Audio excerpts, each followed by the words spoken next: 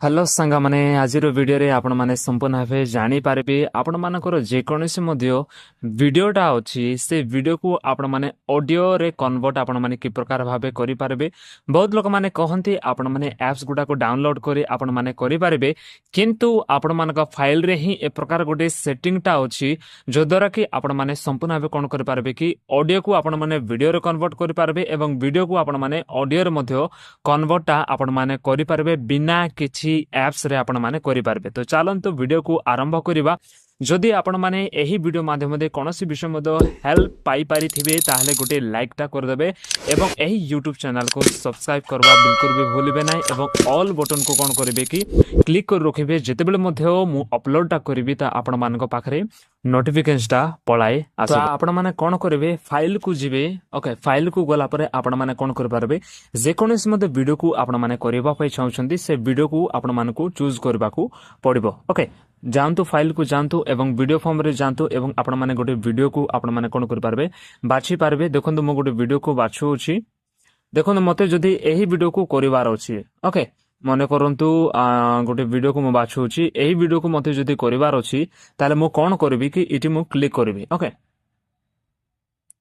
ଆପଣମାନେ ଦେଖିପାରୁଛନ୍ତି এই ভিডিও কেতে ଅଛି 4.38 সেকেন্ড এই ভিডিওটা ଅଛି। ওকে, 4.38 সেকেন্ড এই ভিডিওটা ଅଛି। তো ମୁଁ କ'ଣ କରିବି କି ଏଠି ଲଙ୍ଗ ପ୍ରେସ୍ଟା କରିବି। ଲଙ୍ଗ ପ୍ରେସ୍ କଲା ପରେ ଆପଣମାନଙ୍କୁ ଗୋଟେ ଅପସନ୍ଟା ଆସିବ, 3 ଡଟ୍ର ଅପସନ୍ ଆସିବ ରାଇଟ୍ ସାଇଡ଼୍ରେ। ଆପଣମାନେ এই କର୍ଣ୍ଣରରେ ଦେଖିପାରୁଥିବେ, ଏଠି ଆପଣମାନେ କ'ଣ କରିପାରିବେ କ୍ଲିକ୍ କରିପାରିବେ।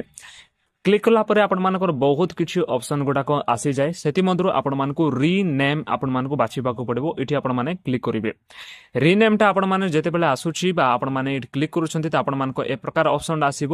ଏଠି ଆପଣମାନେ କ'ଣ କରିବେ, ତ ଦେଖନ୍ତୁ MP4 ବୋଲିକରି ଆପଣମାନଙ୍କର ଥିବ, ଆପଣମାନେ କ'ଣ କରିଦେବେ କି MP3 କେବଳ ଆପଣମାନେ ଲେଖିଦେବେ। ଓକେ, MP4 ଯଦି ଅଛି MP4 କୁ କାଟିକି ଆପଣମାନେ MP3 ଆପଣମାନେ କ'ଣ କରିଦେବେ ଲେଖିଦେବେ। MP3 ଲେଖିଦେବେ। ଯଦି ଆପଣମାନେ ନାମ କିଛି ରଖିବା ପାଇଁ ଚାହୁଁଛନ୍ତି ତାହେଲେ ମଧ୍ୟ ଏଠି ଆପଣମାନେ ରଖିପାରିବେ।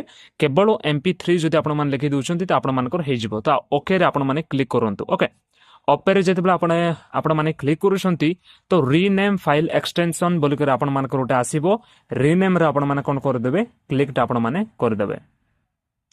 ତ ଯେତେବେଳେ ରିନେମ୍ଟା କରିଦେଉଛନ୍ତି ତା କମ୍ପ୍ଲିଟଲି ହେଇଯାଉଛି, ଆପଣମାନେ କ'ଣ କରିପାରିବେ କି ଆପଣମାନଙ୍କର ଅଡ଼ିଓରେ ଯାଇକରି ଆପଣମାନେ ଖୋଜିପାରିବେ। ଓକେ, ଟିକେ ଫ୍ରେଶ୍ କରିବେ। ଫ୍ରେଶ୍ କଲା ପରେ ଆପଣମାନେ ଅଡ଼ିଓରେ ଯିବେ, ଫାଇଲକୁ ଯାଆନ୍ତୁ ଏବଂ ଆପଣମାନଙ୍କୁ ଅଡ଼ିଓରେ ଯିବାକୁ ପଡ଼ିବ। ଅଡ଼ିଓରେ ଯାଇକରି କ'ଣ କରିପାରିବେ ଆପଣମାନେ ଦେଖିପାରିବେ। ଓକେ, ଦେଖନ୍ତୁ ଏହା ମୁଁ ଆପଣମାନଙ୍କୁ ଦେଖାଉଛି। ତ ଦେଖିପାରୁଛନ୍ତି ଆପଣମାନଙ୍କର ମୋର ଏଇ ଅଡ଼ିଓ ଫର୍ମଟା ପଳାଇ ଆସିଛି।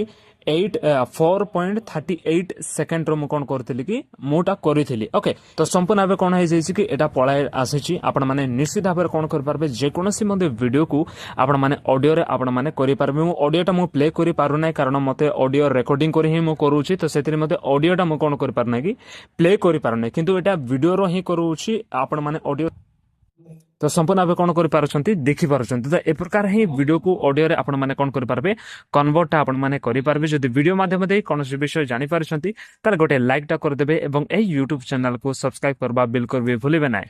ବାଏ।